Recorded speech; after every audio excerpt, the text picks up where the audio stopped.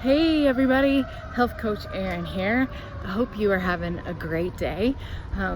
Today we're walking and talking, and the topic that I've chosen for our discussion today is another two-parter that we're doing. And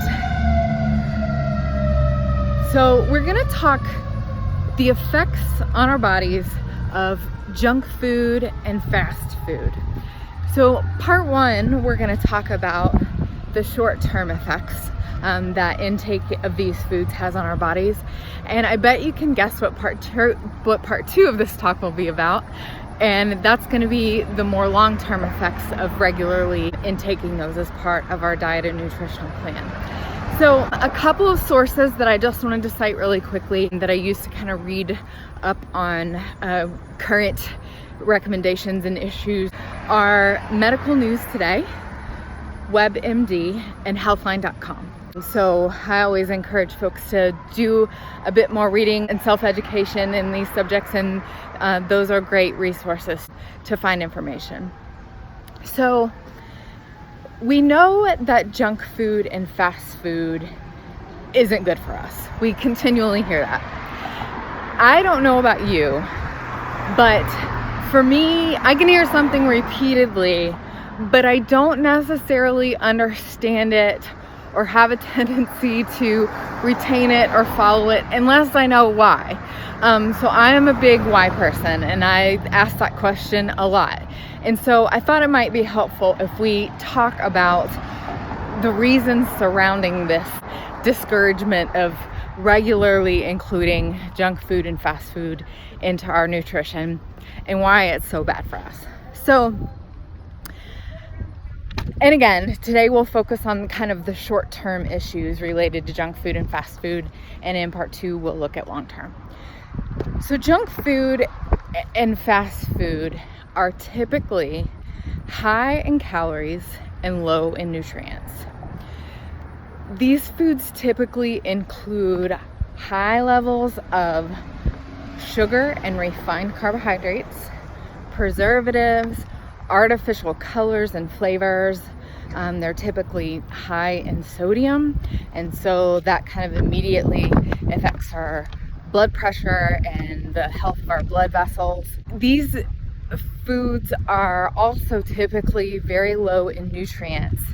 They don't often contain a lot of fruits and veggies, so that one little slice of tomato and iceberg lettuce on our triple decker burger or whatever, it doesn't really equate to a serving of that contributes to our fruit and vegetable intake. And these foods are also typically low in fiber, so high in calories and low in nutrients, and we know that's not a good combination. These foods are also typically a quick fix, so they fill an immediate need for food intake, right? We're hungry, we need to solve the problem. How do we do that? We eat. So it's certainly a fast choice. Often they're typically packaged, or we drive through and are able to fulfill those needs quickly, but they do not satiate us or fulfill us in other ways for the long term. So the sugar and the low quality carbohydrates in these foods, what does that do for us? So we've talked a little bit about this before, but it's important enough to revisit these because junk food and fast food certainly fit the bill on this. The sugars and the low quality carbs spike our glucose and our insulin gets pumped out, but they process quickly through our systems, and they don't satiate us as foods should. So what happens? The dreaded crash, and then we're in this cycle of hunger and needing to fill that need quickly again. So we're hungry again sooner. This can affect This affects us in different ways very quickly. This affects our mood it affects our brain function, and it also affects our energy levels. So we are now in search of another quick fix. We're hungry again, our energy levels are wonky, we're in the cycle, and here we go again, all over. So it increases our cravings, which isn't good. So they call these foods highly palatable, which means they've geared us to want them, so they taste really good, but they leave us empty in the end and needing energy. So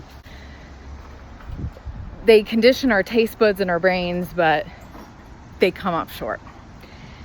So on top of not getting what we need nutritionally, no wonder this cycle puts us in kind of a vulnerable place where we are gaining weight, but not energy. They encourage weight gain, actually, and they are not promoting feelings of well-being or satiety. And again, we're just kind of reinducing the cycle here. The good news is, even though these foods promote cravings and hunger, we can get ourselves out of this cycle, and it's relatively easy to do. If you want to know more about that, and if you want to know more about part 2, then definitely come back for that, and we'll post that in a week from today. So I hope this has been educational for you, and it provides a little more insight on why these types of foods aren't good for us. So the why motivates me. Hopefully it'll motivate you too.